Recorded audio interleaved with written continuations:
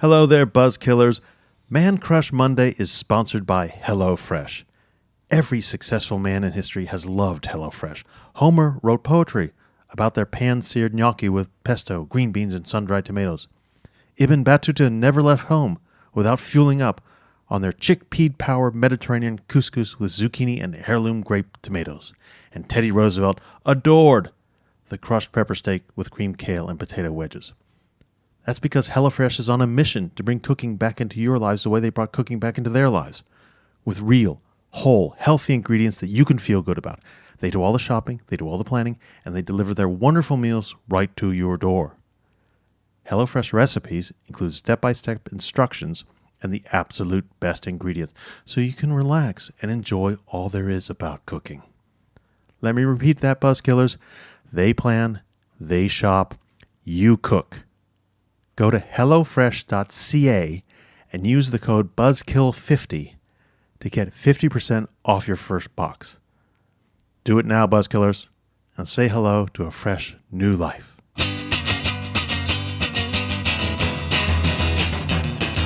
It's a Man Crush Monday. Join Professor Buzzkill as he crushes on men from history who deserve more fame and glory.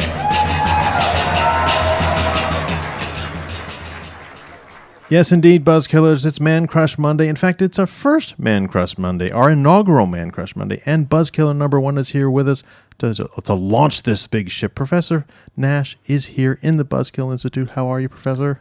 Doing all right, thanks. All ready for the inaugural. Oh, yes. This is the most important Man Crush Monday we've ever had. And we're going to talk about someone today who was extremely important, but not known about enough in the wider culture. Who is that? Absolutely. That would be Phillip Randolph. Phillip Randolph. Phillip Randolph. I would argue one of the, if not the, certainly one of the most important civil rights leader you've never heard of. Oh, okay. Well, by you, I mean lots of people. Yeah. Well, I'd only heard of him sort of vaguely, sort of a sketch of an important person, but not really in depth. Who was he? What did he do? He, first of all, he's African-American labor leader. Oh, okay. He was born in Florida in 1889, just a few days apart from Adolf Hitler, which is really spooky. But Hitler was not born in Florida. No, definitely not. There's no myth there. No, it was a little colder where Hitler was born. In any case, he, in the mid-1920s, he founds what's called the Brotherhood of Sleeping Car Porters. Oh, right. Buzzkillers won't know about sleeping car porters because it's an ancient 20th century job. Right, exactly. Early 20. Remember, this is way before civilian air travel, and the way people traveled long distance was by train. Right. And often really long distance trips included staying overnight in a sleeping car, a Pullman car that had sleeping berths. The car was actually called a Pullman car. These were invented by George Pullman. That's right, and built by the Pullman Company. Right. That's okay. right. Okay. And so you had thousands and thousands of porters who were all African American, and they were in the black community. They were really good jobs, but of course the porters were treated as you might expect it in Jim Crow racist America. Travelers didn't even bother to learn their first name. They called them all George. After George Pullman. That's right, and they didn't treat them very well. But and part of the reason that they weren't treated very well, and so people like Phillip Randolph thought they should be organized in a union. So there were thousands and thousands of these porters. Absolutely. And he thought they should be organized. And keep in mind, this is a time when you had big, powerful labor unions. Already, but they tended to discriminate against African Americans. Oh, okay. Not to let them in as members. Right, exactly. And there was no effort on the part of white labor organizers to organize this significant chunk of the labor force. Right. Because they were African Americans and they didn't rate. And so this struggle to organize them actually took years, and it's not until the New Deal in the mid-1930s where this effort really picks up traction, and you have, I think, at one point, 7,000 members of this. 7,000? 7,000 members of this Brotherhood of Sleeping Car Porters. Well, of course, 7,000 sounds like an enormous number, but this is exactly like airline stewards and stewardesses. Exactly. They're everywhere because everyone took the train. That's right. They were really, really important. So fast forward to 1941, when his... the role I'm going to talk about really sort of becomes a thing, because people should remember that in the lead up to Pearl Harbor, the United States is already rapidly expanding its defense production. Oh, right. It doesn't happen after Pearl Harbor. It actually starts way before. We're gearing up for war. That's a show on its own. Yeah, maybe. And so there are lots and lots of new defense industry jobs opening up. and they are some of the best jobs out there. They're generally union jobs. They're very high paying, etc. And A. Phillip Randolph, like a lot of other African American leaders, immediately notices that none of these jobs are going to black folks. Right. And so here's where he really makes his contribution, because rather than do what the civil rights movement normally does, which is sort of a very peaceful, painstaking, go slow, be polite approach to civil rights. Certainly in that period. Right, he takes a different approach.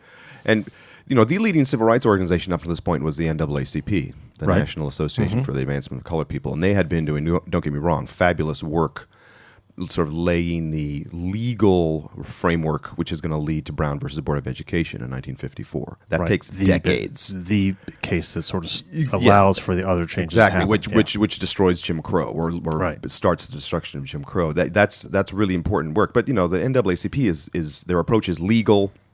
It's in the courts. It's a very northern organization, and it's sort of very much within the existing structure. What A. Phillip Randolph does is to draw attention to the fact that black people are not getting these new defense jobs. He creates what's called the March on Washington movement. He threatens a March on Washington. This is much earlier than the 50s and 60s marches. And that's one of the reasons it's important, because this is where the idea comes from. Oh, okay. For a March on Washington. He basically says, look, we're going to have 50,000 black workers marching down Pennsylvania Avenue in protest of this. Wow. Now, context. This is in the lead up to World War II. Right. Where the Roosevelt administration is increasingly concerned about things like public relations and about the American sort of leadership for freedom in the world.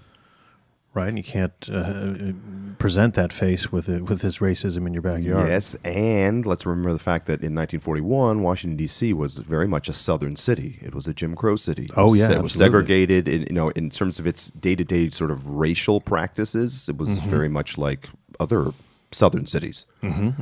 So immediately what the Roosevelt White House worries about is, what if this march takes place? And, Randolph is not threatening violence or rioting. He's just threatening a peaceful march.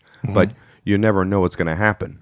Sure. Right? Sure. A parade like this is probably going to gather a white crowd. And you might have violence, you might have chaos, which would be a problem, right? I mean, and a non-racially based march like the bonus marchers turned violent. Exactly. So this is having more possibility. This is something that no matter what, the Roosevelt administration cannot control. Wow. And they worry. They worry about things like public relations. What if you have a race riot in the capital of democracy in mid-1941? That's not helpful. It really isn't. And so, a long story short, this march never takes place because the Roosevelt administration actually caves. Oh. And Roosevelt signs what's called Executive Order 8802.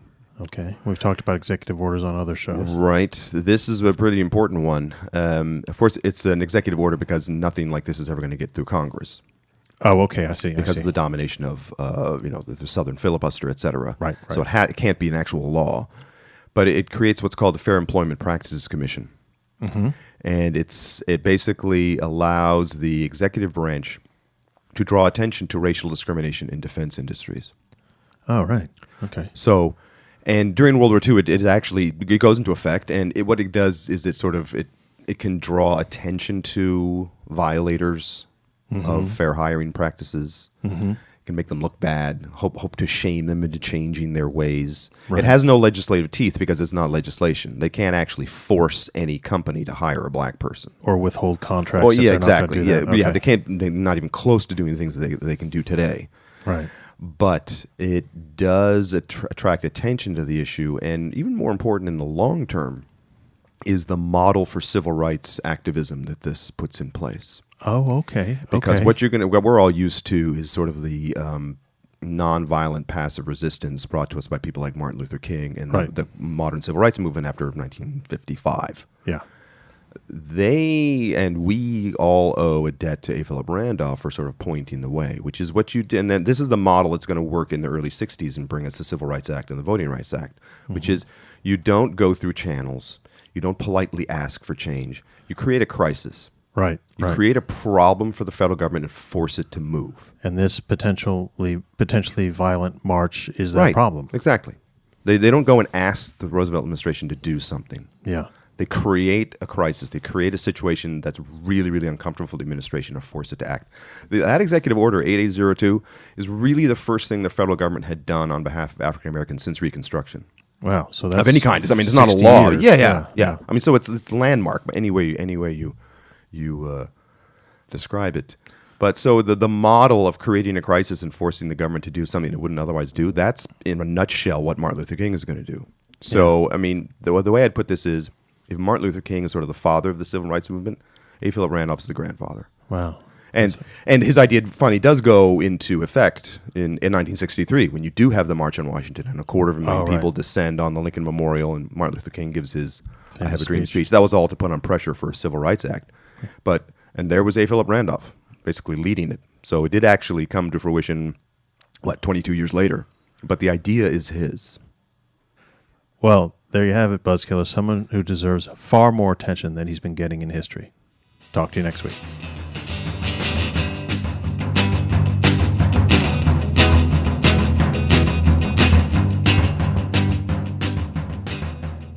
Hello, this is Sebastian Buzzkill. Please support my daddy by going to professorbuzzkill.com and clicking on the Patreon button. While you're there, subscribe to his email notifications and shop the Buzzkill bookshelf. Follow him on Facebook, on Twitter at BuzzkillProf, and on Instagram at Professor Buzzkill. Professor Buzzkill is part of the Antigua Podcast Network and is available on iTunes, Apple Podcasts, Spotify, Google Play, and all major podcast apps.